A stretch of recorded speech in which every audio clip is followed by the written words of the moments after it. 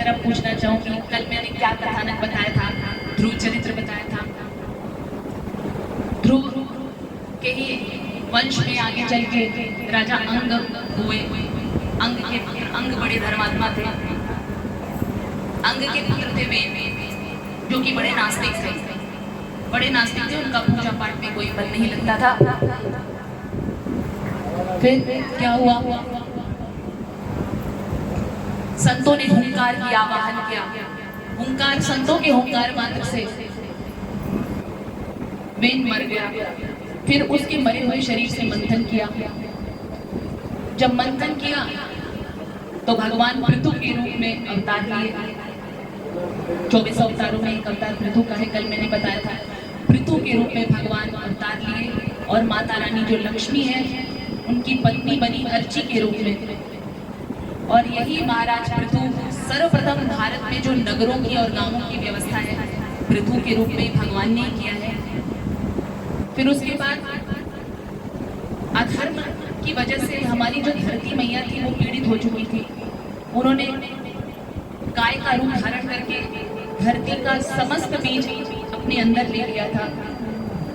तो राजा पृथु ने समस्त धरती के जितने बीज हैं उसका दोहन किया, यानी फिर से अन्न धान के लिए सब मर रहे थे, भूखमरी की बीमारी चल पड़ी थी। तो राजा पृथु ने फिर से पृथ्वी का दोहन किया और फिर से सारी प्रजा खुशहाली हो गई प्रजाओं में। फिर आगे चल के इन्हीं के वंश में प्राचीन बरही राजा हुए। प्राचीन बरही का बड़ा एक कार्य बड़ा बुरा करते थे कि उनकी हिंसा में बड़ी रुचि होती थी। यज्ञ अनुष्ठान अगर करते थे तो उसमें भी पशुओं की बलि दी जाती थी उनके द्वारा। तो नारद जी ने उनको आत्म कल्याण का उपदेश दिया पुरंजनों आख्यान के द्वारा, पुरंजन की कथा सुना करके कि आत्मा और परमात्मा क्या होता है। आत्म कल्याण का उपदेश दिया, उनका कल्याण हो गया। फिर आगे चल के उत्तानपाद के जो भाई थे प्रियव्रत, तो प्रियव्रत के दिमाग में एक बार आया, वो भी भगवान के बहुत बड़े भक्त थे, उनके दिमाग में एक बार आया कि ये अंधेरा क्यों होता है, 24 घंटे होते हैं, मतलब आधा दिन आधी रात, ऐसे क्यों ना मैं ऐसा कोई कार्य करूं कि रात को भी अंधेरा ही हो जाए। तो उन्होंने तपस्या किया, ध्यान से एक ज्योतिर्मय रथ का निर्माण कर डाला कि अब जब तक सूर्य नारायण भगवान रात को भी दिन नहीं बना देते तब तक मैं धरती का चक्कर लगाता रहूं। तो 7 दिन तक 7 रात्रि तक लगातार उस रथ पर बैठे और चक्कर लेके घुमाते रहे। तो 7 दिन 7 रात्रि तक तो भैया अंधेरा हुआ ही नहीं। अब जब अंधेरा हुआ ही नहीं तब ब्रह्मा जी प्रकट हो गए कि भैया भगवान की बनाई हुई सृष्टि में इस तरीके से भूचाल लाने वाला कौन आ गया, क्योंकि भगवान के द्वारा बनाएगा तो सारी चीजें सार्थक है और जो भी भगवान ने बनाया कुछ सोच समझ के ही बनाया होगा। प्रियव्रत को बोलते हैं महाराज आप ऐसा मत करिए, आप भगवान के बड़े भक्त हैं। भगवान ने यदि रात्रि में बनाई है तो कुछ सोच समझ के भी बनाया होगा। बहुत से लोग रात्रि में स्त्री संसर्ग में व्यतीत कर देते हैं, रात्रि व्यर्थ ही उनका बीतता है, लेकिन बहुत से साधु संत महापुरुष है उनकी तो समाधि लगती है रात्रि में। इसलिए आप ये सब छोड़ दीजिए, आप गृहस्थ आश्रम में प्रवेश करिए। तो प्रियव्रत जो उत्तानपाद के भाई हैं उन्होंने ब्रह्मा जी को प्रणाम किया। कैसे? ठीक है महाराज, जैसे आप कहते हैं वैसे हम करेंगे। तो जब 7 दिन और 7 रात्रि तक वो पृथ्वी का चक्कर लगा रहे थे रथ पर बैठ के, तो उससे 7 लीकें बन गई थी। 7 बार, यानी जो जगह बन जाता है ना, तो वो जगह बन गई थी। तो वही 7 जो लीकें बनी हुई थी, 7 द्वीप, पृथ्वी की 7 द्वीप बन गई। 7 सागर और 7 द्वीपों का जो निर्माण किया है वो किसने किया है? राजा प्रियव्रत ने। बोलिए भक्तवत्सल भगवान की।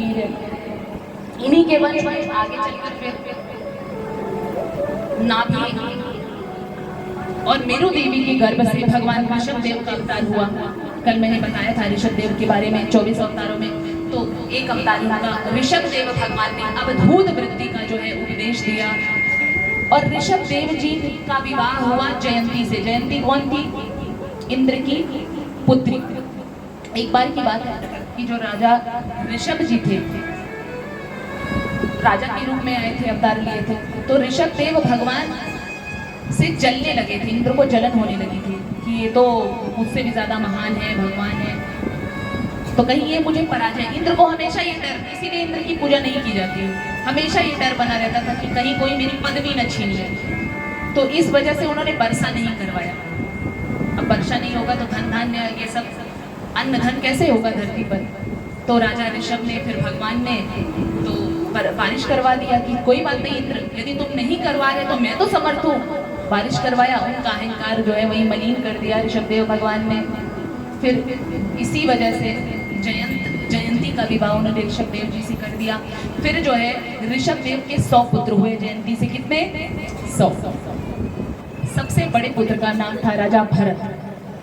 आपने भरत चरित्र भी बहुत श्रवण किया होगा माताओं ने। तो जो भरत जी थे वो भी भगवान के भक्त थे।